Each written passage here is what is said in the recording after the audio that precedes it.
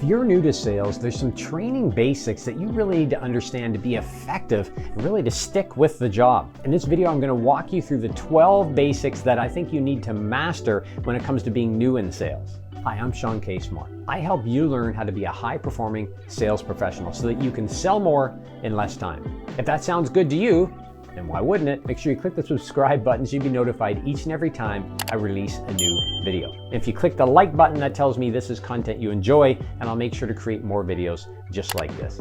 All right, let's jump into it.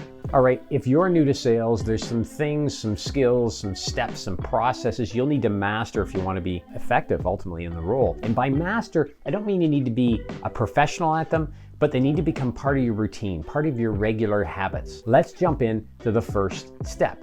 All right, step number one, when it comes to whatever it is you're selling, there's got to be a sales process. Now, I'm going to assume that you've entered into a company that has a formal sales process, but if that's not the case, connect with others who seem to be successful selling what you're about to sell or what you've just started selling, and ask them what are the steps they go through to sell, because that ultimately is your sales process. Start by understanding the existing sales process, and if that doesn't exist, if that's not something you can readily access, connect with others who seem to be successful and ask them about the steps they're going through in order to sell. Most people will be happy to share. Help me help you. The second really comes to mindset. Let's be honest, a lot of people get anxious when they think about prospecting and connecting with people that they don't know, making presentations, because they don't want to be seen as somebody that's annoying or somebody that's not liked by other people. You have to get over that. The reality is if you're in sales, your job is to help people. And that's the mindset you need to have. I am here to help. And what I would suggest you do in the early days is you say that out loud when you're meeting with prospects. My role is to be here to help you, so I'd like to have a conversation about how we might do that. When you start to say it out loud, you'll reinforce it for yourself, which will build your confidence. Many, many years ago, I was told this phrase, you've probably heard it yourself. Once is an accident, twice is a coincidence, and 3 times, well, there's a problem. You know, when it comes to sales, we have to be comfortable with making mistakes. They're going to happen. We're going to lose the odd prospect. We're going to lose the odd deal. That's how we learn. So you have to be okay with making mistakes. That's how you're going to learn. Don't beat yourself up. And let me give you one quick tip that I learned early on that was helpful. When you lose a deal and you find yourself coming down and maybe you're a little bit upset about it, call 3 people. Call some customers, some prospects, but call 3 people and replace that negative situation, right, that's bringing you down with more opportunities. Make sure you get comfortable in your own mindset relative to you're here to help people, and also make sure that when it comes to mistakes that happen, and they will, that you're okay with that. Recognize it's part of your learning process. When it comes to being successful in sales, you need to be clear right out of the gate as to who am I selling to. That is the person that is your ideal prospect. So that's the person that can say yes. That's the person that has budget, authority, all those things you've probably heard of. And then you need to be uber focused on those kind of people. I know early on when I was in sales, I would talk to anybody that came my way. Why? Well, because I was nervous, I was new, and I didn't know exactly what to do. It wasn't until I became very clear on who's the person I typically sell to, that typically has the authority, budget, and time to buy from me, and I became uber focused on those people. I'm Sean Parker. Oh, he's wired in.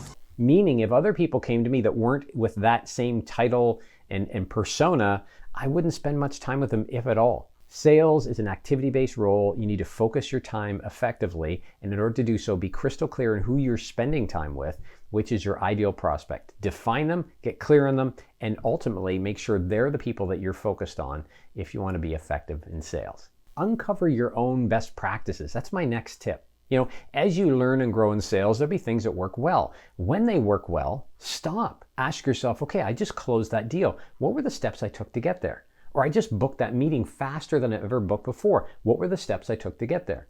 You see, when we stop and reflect on what worked well, we uncover our own best practices, which allows us to repeat them, which means we're going to get better and better results. So take some time, reflect on what's working well for you, and then make sure you replicate them on a regular basis. Recognize yourself as somebody who brings value. You know, if there's anything in sales that I find a lot of people struggle with, it's the fact that you are here to help, and we said that earlier, but you're bringing value. What does value look like? Well, value comes in many different forms, but ultimately by meeting up with potential buyers, right, with your prospects, sharing with them insights about your product, about the market, how your product is positioned in the market, why your company is unique, why they should trust you, buy from you. You're adding value. You're helping them because at some point, perceivably, they're going to need to buy what it is you're selling. And what you're doing is shortcutting all the research they'll probably do online by informing them and helping them. So if you take the right approach and the right attitude, you're somebody who provides value. See yourself in that manner, and others will as well. If you're new to sales, there's one thing more than anything else that you can do that's going to help your chances of closing a deal. That is, be responsive. If a prospect, or as I often refer to, a buyer, reaches out to you, get back to them right away. If that's Sunday afternoon at 3 o'clock and you can actually respond, I'd suggest you do. Here's why. In today's day and age, the people that you're selling to are very confused. What do I do? What do I do? There's so much information out there. They're so busy that oftentimes they don't have a lot of time to get back to us. When they do reach out, the salesperson who is the fastest to respond and that is helpful is most likely the person that will get the sale. So ensure you use responsiveness as one of your competitive advantages, which will help you close more deals. This next tip, and I think we're about number 8 now, if my math is correct. I'm losing sight. There's a lot of tips here. It's this, that buyers will push back on you. Right? Think about it. The person you're trying to sell to has probably talked to some other salespeople. Maybe they currently have a salesperson they're working with. They've maybe done some research and they've created their own assumptions about what it is you're selling. With those assumptions, if you come in and share something that's a little bit unique, a little bit different, they may push back. They may say, well, no, I don't think that's the way it is. Or I don't agree with that. I don't agree with you. Don't panic. That's okay. If they're actually having a conversation where they push back, that means they're interested. And that's step 1 to being able to have the opportunity to sell them. If you're in sales and you're new to sales and the buyer's pushing back on some of the things you're saying, it's okay. Do not panic. That's rule number 1. The second thing you do, and once they give you pushback, simply say this, oh, why do you think that? That will allow them to explain to you why, which then allows you to say, oh, I can see why you'd think that, but here's this, or, that's a really good point you raised. I'm still new and learning, so that's something I'm going to consider next time. All sorts of ways to respond, but if they push back, don't panic. Oh my God, okay, it's happening.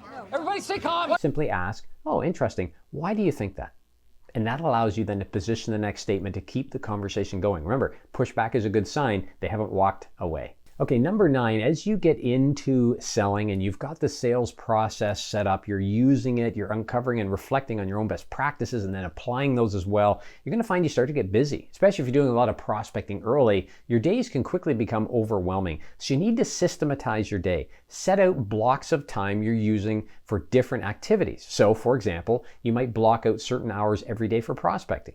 You might block out certain hours or certain days for travel to go visit or to have meetings with prospects. If you're in an organization that has a lot of internal meetings, you may have to cancel some. Talk to your manager and say, look, I need to block out some time to be effective here, and there's way too many meetings scattered across my schedule to do so. Again, it's going to differ depending on where you're working, but what works best is if you focus on one thing at a time. You've probably heard of the idea of multitasking, but psychologically it's been proven that multitasking doesn't exist. Our brain can only focus on one thing at a time. So if you're multitasking, it just means you're being less effective at multiple things. Focus on one thing, block the time out, be effective with your day. This next one's pretty short, but it aligns with many of the things we've said so far. Expect rejection. Don't worry about rejection. Don't worry about being rejected. Expect it. If you go into every conversation expecting that, hey, at some point this person's probably going to reject me, you get it over with. You're not worried about it, and you tend to focus on them and helping them versus worried about what's the next step, what am I going to say, what if they don't like me.